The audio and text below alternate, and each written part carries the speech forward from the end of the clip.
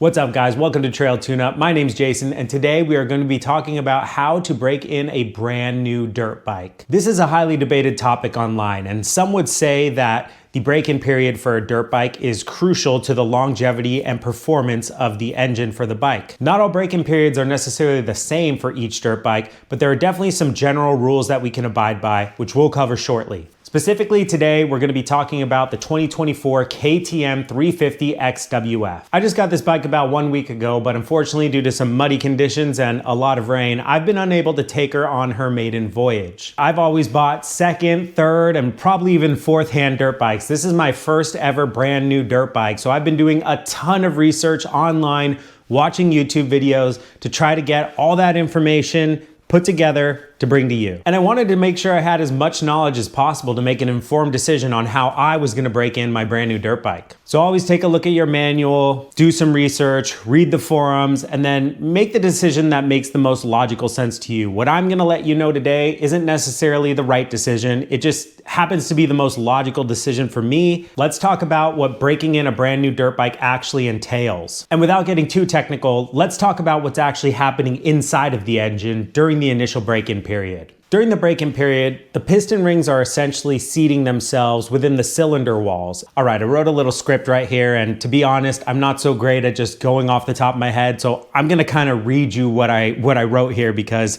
it's just taken too long for me to basically read off this, say it at the camera, and go back and forth. So new piston rings essentially have sharp edges to start from the way that they were machined, and they very slowly wear against the cylinder walls to form a better seal, and this prevents excessive oil consumption for the future. When you buy a brand new bike from the dealership, they're essentially putting break-in oil inside of the bike. Now, you definitely want to talk to your dealer and make sure that they've put break-in oil in the bike just for peace of mind. But if you go to any reputable dealer, they're definitely putting break-in oil in your bike. And nowadays, all bikes are using synthetic motor oils, but the break-in oil is actually a petroleum-based oil, and there's good reason for this. With the petroleum-based oil, you're gonna have much better luck making sure that all the components seat properly within the engine during the break-in period. I want you to imagine this. You just arrived at the trail, you carefully unloaded your brand new bike, you've got your gear on, and you're ready to let her rip. But hold your horses, buddy. We've got a few things to cover first. Let's start with the warm-up period. You're essentially gonna wanna start your bike. This particular bike does have a cold start function. Run that about 15, 30 seconds or so, and then let your bike idle for another 30 seconds to a minute, maybe even 2 minutes. You just wanna make sure that that oil really gets through the bike and everything gets nice and warmed up. Now let's talk about taking it a little easy. Don't go super high with your RPMs, don't truck it low, take it on a nice casual trail ride, but just remember, vary your RPMs and move through those gears. But here's what you want to avoid. Do not excessively let your bike idle. Do not sit there, let your bike run for 10 minutes without riding it. That's not gonna do you any good. And don't just go ride your bike around the neighborhood. That's really not gonna do anything for you. You wanna put this bike in a real world scenario. Avoid extreme conditions like deep sand or really rocky terrain when you're first taking your bike out. And definitely avoid steep inclines when your bike could be lugging or steep declines when you're engine braking and you've got your RPMs really high in first or second gear. Definitely don't keep your RPM in the same range for more than 45 seconds. Like I said, you definitely wanna vary those RPMs, take it up, take it down, switch through the gears. And like anything with dirt bikes and the internet, there are a bunch of varied opinions out there.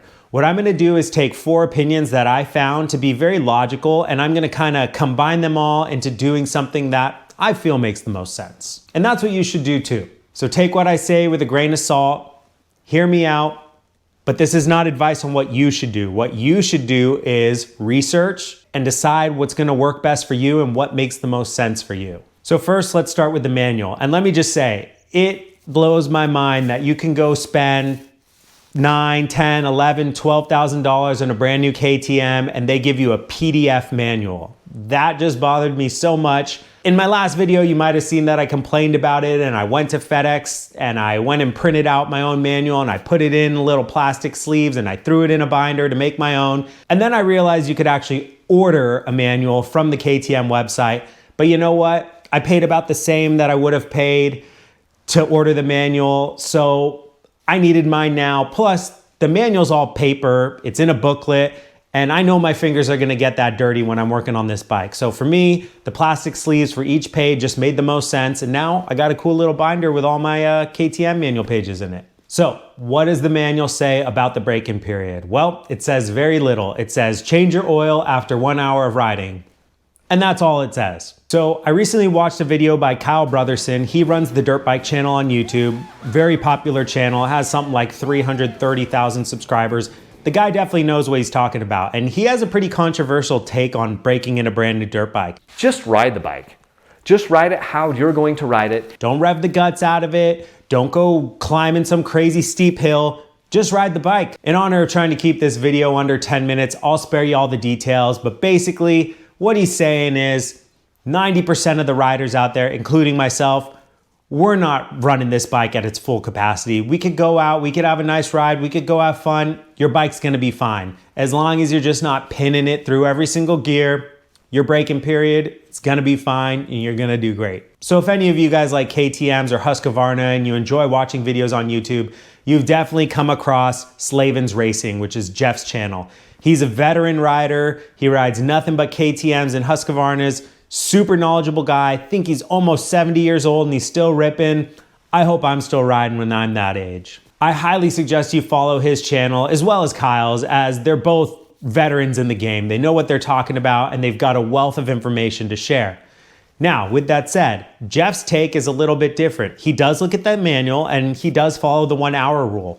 But after 1 hour of riding the bike, he says you should go home, take that brake-in oil out and put new brake-in oil back in and then go ride for another hour or two. After you've got that second run through with the brake-in oil, he suggests moving to the synthetic oil that KTM recommends, and I believe it's Motorex 10W50 Power 4T oil. And I found another video, which I'm gonna play for you in a second here, where a KTM mechanic who works for KTM North America actually says that you could run the brake-in oil for 3 to 5 hours before you make the switch to synthetic. And we like to do, so we do like about an hour break-in before we go to media tests. You're better off to do like maybe 4 hours on it, then get your oil changed, fresh KTM oil, filter oil, and then you're good to go. And lastly, I want to talk about local legend, Tony Shipman. Tony is the man. He helps people out all the time. And he's helped me out on numerous occasions, whether it was to take a look at my bike to validate some jetting I've done just to make sure that it's running well, given me a recommendation on certain things, or even recommended some new parts that I might need. Last week, I was out at Carnegie with my CRF 250X. It's a 2004,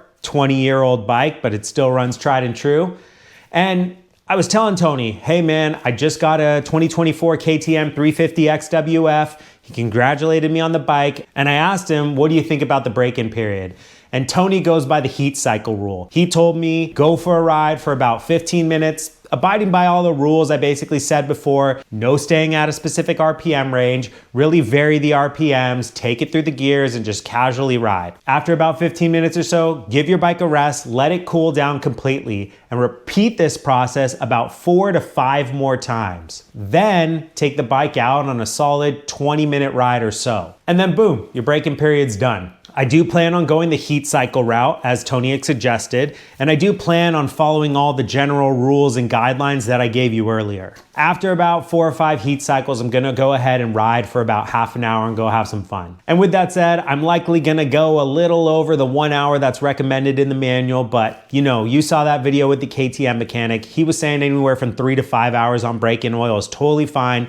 Then I'm gonna switch to the synthetic motor oil recommended by KTM in the manual. I'll be sure to make a video of that oil change, going through a step-by-step process so you guys can see what that break-in oil looks like after riding for a little bit. And remember, this is just an opinion. There's no perfect way to break in your dirt bike.